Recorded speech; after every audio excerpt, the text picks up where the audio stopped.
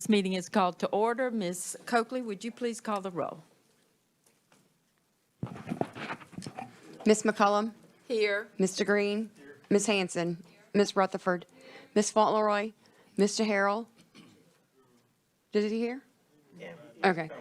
Miss Martin, Miss Moore, Dr. Peterson, Miss Baker, Miss Lamy, Miss Hurstis, Mr. Bro, Mr. Kuzan, Miss Rufino Gallagher.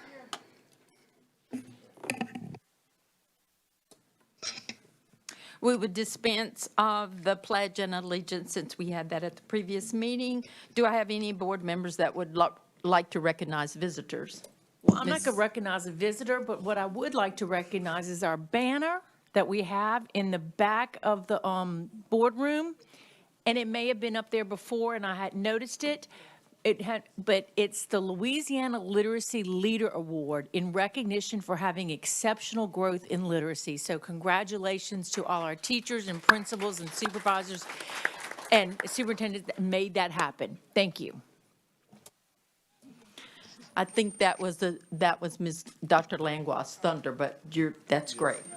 Oh, I'm so sorry. No. Anyone else? Yeah. Ms. Rutherford?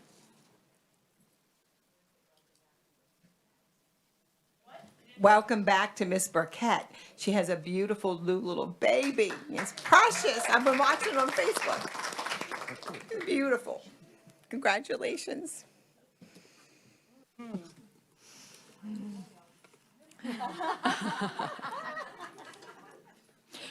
We now have approval of the minutes for the curriculum as a whole meeting on August the 7th. Do I have a motion? Ms. Gallagher, a second. Ms. Moore, any public comments? Questions from the board? Everyone, please vote.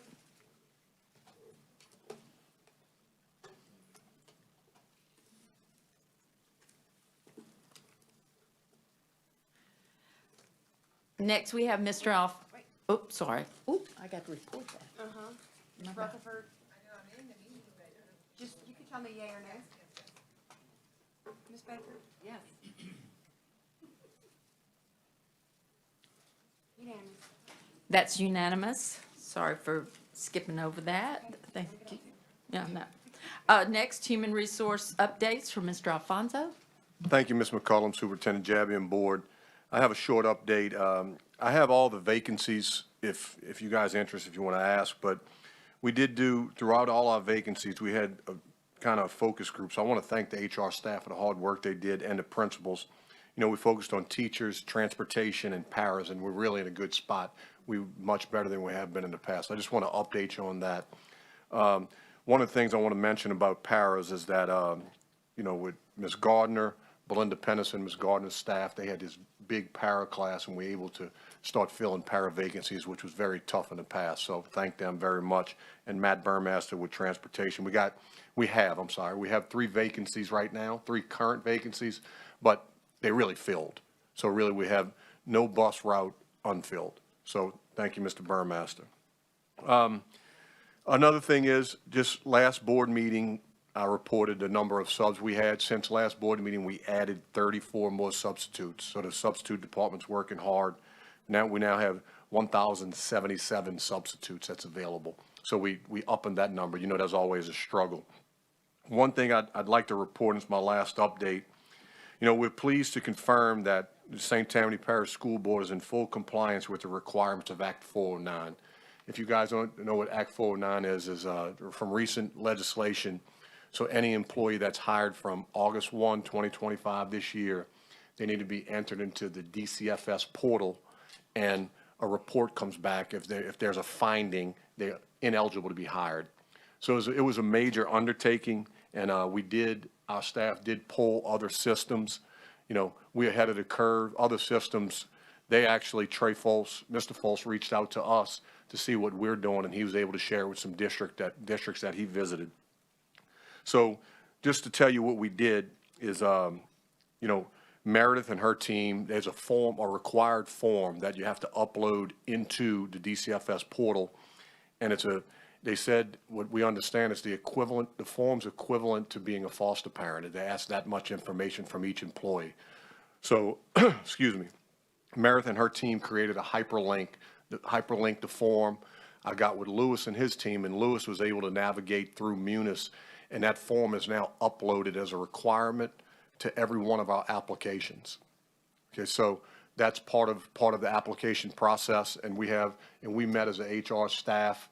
You know, Belinda met with the ladies downstairs, George, Raphael, and I met with the ladies upstairs, and we developed we have the same process on how we're going to vet these employees with DCFS. It's not an easy undertaking, you know, and we alerted all of our principals that this process could, we're hoping not, slow down getting someone on a campus, but it's for the best, you know, it's for the kids. So I just wanted to let you guys know that we're in compliance, and it was really a team effort to get there, you know, and the biggest portion, and I'm gonna leave it this, was Lewis and his staff.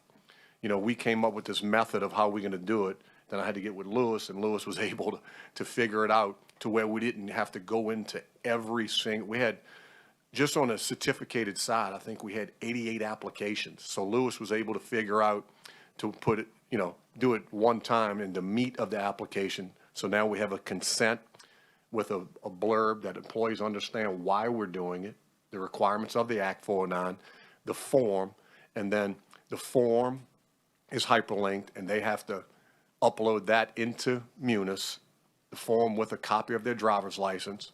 Then our staff has to print that when they're recommended for a job and upload all those documents and transcribe all that data into the DCFS system. So it's not an easy process.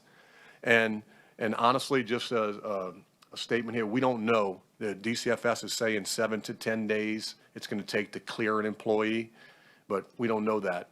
And our HR staff sat in my office and did an impromptu Zoom with DCFS, and we told them what we're doing, how we understood it and stuff like that, and they kind of gave us a thumbs up on it. So I just want to let you know we're ahead of the curve with that. We're in compliance with the act. We're just waiting to see the outcome of it. Thank you. It's a lot. Any questions from the board? Mr. Bro? Do I have? Couple of years ago, we had teacher vacancies in the hundreds. Yes, sir. Last year, I think we got it below 100, maybe 90 or something. Yes, sir. What are we looking at now? 29. That's fantastic. It is. Congratulations. Thank you. Okay. It's been a team effort. I can't take all the credit, you know, just from our office with George and Raphael, the certificated staff office, but the principals are actually working and filling spots, and they're working their butts off. Still SWE is the highest demand, or math's on Well, its way? and I just honestly stated, it's not SWE, it's the high demand SWE. It's the specialty classes that are extremely hard to fill, but Ms. Gardner does work with every principal individually to make sure those kids are covered. I want to congratulate you on that. Yes, sir. I know it's been a tough call and tough haul, but 29 is a whole lot better than hundreds that we had. And I just got to say this, and I'm adding this to it. You got a little tech strand with a lot of HR directors around. We're in a better place than most. I can say that for a fact. All right, thank you. You're welcome. Ms. Moore? Thank you. I want first to thank Mr. Alfonso and his staff. I came down on you hard about the copy machines. This is off topic, but I need to make sure I get it in. I should have made something. RJ Young is in the schools. I took a picture of one today, AAA machine, Runco, whatever. So thank you very much. And as I talk to different schools, they're so appreciative. So thank you. Your hard work was definitely. Yes, ma'am. I came in on the back end, but Ms. Prevost really handled some stuff on the front end, and I sent you guys an email regarding that, and that they waived 2 months of pay. So Ms. Prevost is starting their payment September 1st, and she's on it. Yes. Thank you. Ms. Gallagher? Thank you. Is the 29, does that count for any long-term subs we have, or is it just vacancies across the board without long-term subs? Part of that 29, if there's a long-term sub in there, it's in that number. It's in the 29? Yes, ma'am. Okay, thank you, that's awesome. Next, Mr. Alfonso, the monthly transportation report. The monthly transportation report is before you on board docs. Mr. Burmester is here to answer any questions. Questions from the board? Ms. Moore?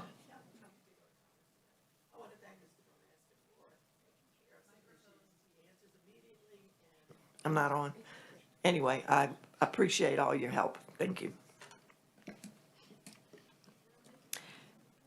Any other comments?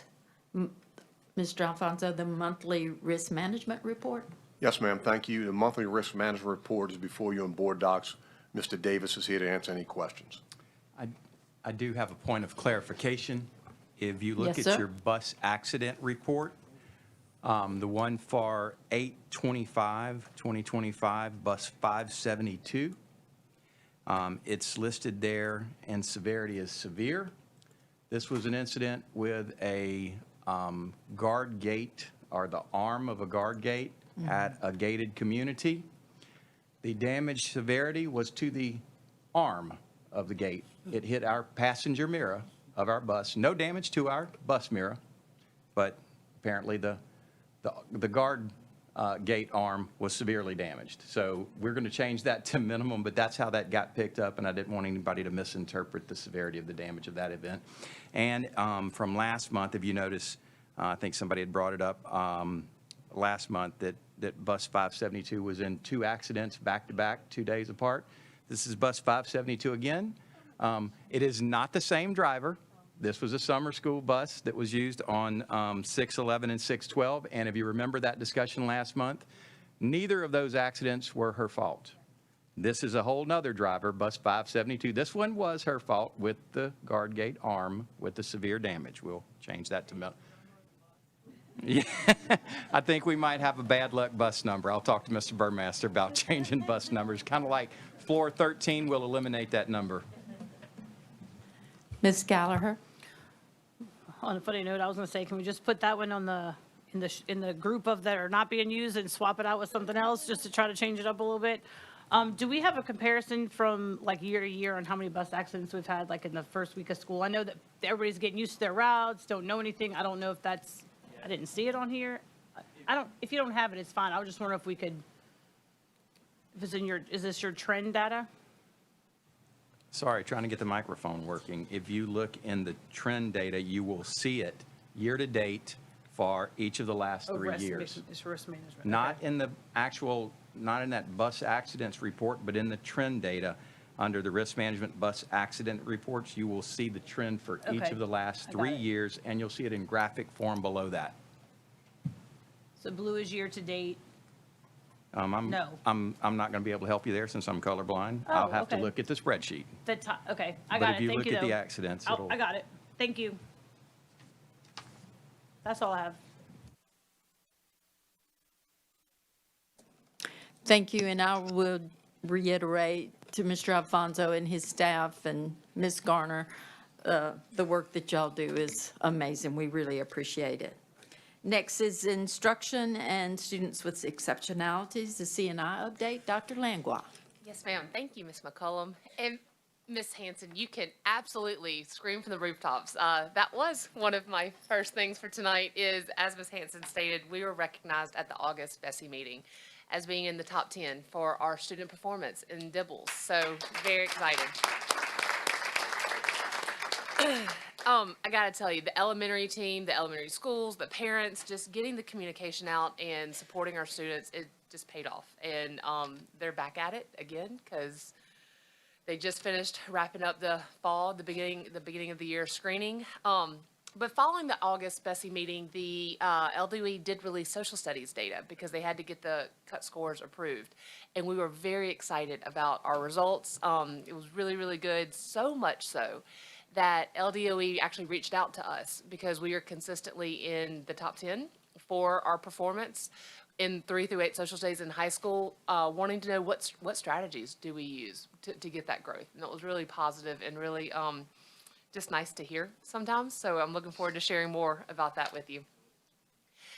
We are having our annual in October College and Career Expo. And so if you have not had an opportunity to go, please do. The first one will be on Tuesday, October 7th at the Harbor Center. And then the next night on Wednesday, October 8th, it'll be in Mandeville at the Castine Center. It is Ms. Stratterberger, Ms. Alexius, the work that they do at getting vendors, getting college recruiters, getting business and industry all around to come and talk to our kids about opportunities and what the future holds is just a fantastic night. Please come, invite your friends, bring your neighbor. It's just great stuff to happen. And the last thing is, I'm excited to share that we have 2 teachers that were invited to join the Teacher Advisory Council for Louisiana. They meet with Dr. Brumley. The 2 teachers are Miss Kelly Ryan at North Shore High School and then Miss Beth Melton at Bayou Woods Elementary. And they're going to be a fantastic addition. They are innovative educators. They are dynamic educators. They do amazing things for their kids every single day. Cannot say enough about these ladies, and Louisiana's better as a result of them. So that concludes my update.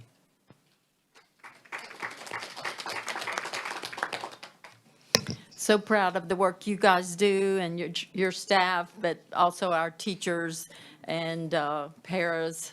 That is amazing, and we're so proud of all of you.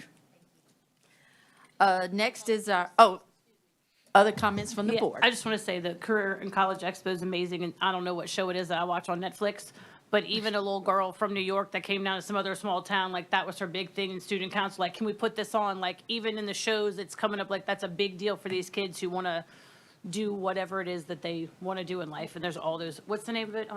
My Life with the Walter Boys. Yes, it's very good. It's a teenage show. It's good, but she comes in from New York, and that's one of the things that she implements in her school system. So, or in her school, not her system, but yes.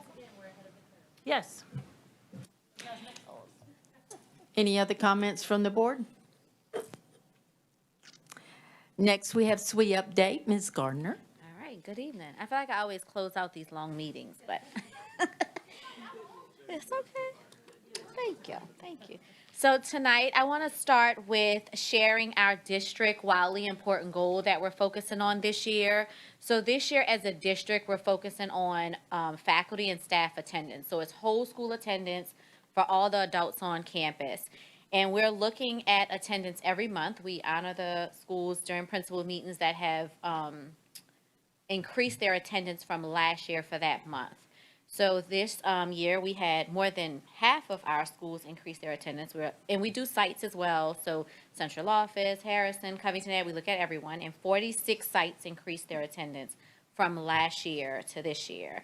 But I do want to point out that we had 6 schools that went way above, and they increased their attendance by 15% or more. And those schools were Shatima, Alton, Marigny, Montleon, Woodlake, and Folsom Junior. So they increased their staff attendance by over 15%. So we're going to continue to do this every month. Principals and staff are very competitive, so I hope that it continues to grow because we know the impact of having the staff on campus and what that makes on students. So that's what we're focusing on. Next, September 8th is a professional development for all of our teachers, but typically it is for teachers. This year, we are going to host all of our paraprofessionals. So ISS paras, title, early childhood, SWE paras, LA4 paras will all attend a full-day professional development in the area in which they work, or we're also doing TBRI training with some of our staff and NCI training. So I want to thank all the coordinators and Carrie and Christy because this was kind of something we put together. We've been focusing on paras for the last 3 years to give them PD. We have over 800 paras that are going to go different places on September 8th and get a full-day professional development, and that has not always happened. So hopefully they can gain something from this. They're really important in our schools, and they serve a critical role for our SWE students. So hopefully that all goes well Monday and everybody gets to where they're supposed to be on Monday. And finally, I'm excited to announce that we are going to host on November 13th 2 of Franklin Covey's keynote speakers, Miriam Summers and David Hatch. They wrote Leader in Me, and they're going to come to the district to promote their new book called Teachers Believed in Me. We are going to be allowed to have certain seats that we could send some of our staff to participate in this. It's really, really good. They've traveled all over to promote their new book, And it's super exciting. And I'm going to use that opportunity to get them to come and see some of our schools and what they're doing, since they're going to be right in our backyard. So, yes, thank you. That concludes my updates. And we truly appreciate your guys, too, all of them. Any comments from the board for Ms. Gardner? All right. Oh, at this time, we will have our 3-minute comments. Ms. Barrios. Okay, and Mr. Osborne. Brent Osborne, Federation President. Thank you, Madam Chair, board members. I didn't want to speak, but I did want to address Ms. Moore, and I appreciate thanking us, but that was definitely a team effort. So if you don't know, the Salary Reserve Fund was a product of collective bargaining that was approved by the previous board, and it's the brainchild of Ms. Prevost. Of course, it doesn't work if there isn't a surplus. So I just wanted to thank everybody in this room, Superintendent Jabby, all the board members. Ms. Gallagher, I remember you saying during your first budget meeting, where's the low-hanging fruit that we can find? So that mentality has permeated, and it's made a difference. And you know, these employees deserve everything y'all can give them, and I appreciate, that's a lot of hard work and sacrifice, so thank you for that. I just want to remind everybody to shop local with that stipend money so that we can try to bring some of that back in the, in terms of the sales tax. I'd like to offer my services, and if I can recruit Board President Green and Stephanie Underwood, the next textbook adoption, we'd like to be on a negotiating team and see if we can, bring some coins back. But I appreciate everything that you do for the kids and the employees who take care of them. Thank you. Thank you. Announcements from the board president? Thank you, Madam Chair. Monday, September 8th is Teacher Professional Development Day. No student should report to school, sleep in, and enjoy the day off. The board meeting will be on Thursday, September 11th at 6 p.m. Safe Schools trainings are due Friday, September 12th. Reminder that the October Committee as a whole meeting will be on Thursday, October 9th due to the fall break. And I'll add one comment. My son AJ caught the game-winning touchdown pass tonight to help Mandeville Junior High beat Denham Springs Junior High. So little shout out to AJ. For principal of the year. Oh, really? No. Payback. Mr. Harrell had one other comment. Mr. Harrell. Thank you, President Green and Ms. McCollum. Just board members, I want to remind you, I sent you an email, I guess yesterday, Thursday and Friday, October 2nd and 3rd, the LSBA is doing a training in town. And it's kind of the regional training, so it's a good chance to get a lot of in-depth information and ask a lot of questions to get them answered. Registration's still open, space is limited and running out, so I'd love to see a good turnout among the board members because it is being held in Covington. Thank you. And that's at the Southern Hotel, 2 blocks over. 2 days, Thursday and Friday. You don't have to attend both, you can attend one or the other. October the what? 2nd and 3rd. And you do get training credits, but I mean, it is a good chance to get some one-on-one time and get some good questions answered regarding governing and policy. Do you have the time? I have it written down at home. Let me check. I think it's, With no further business, I adjourn the meeting.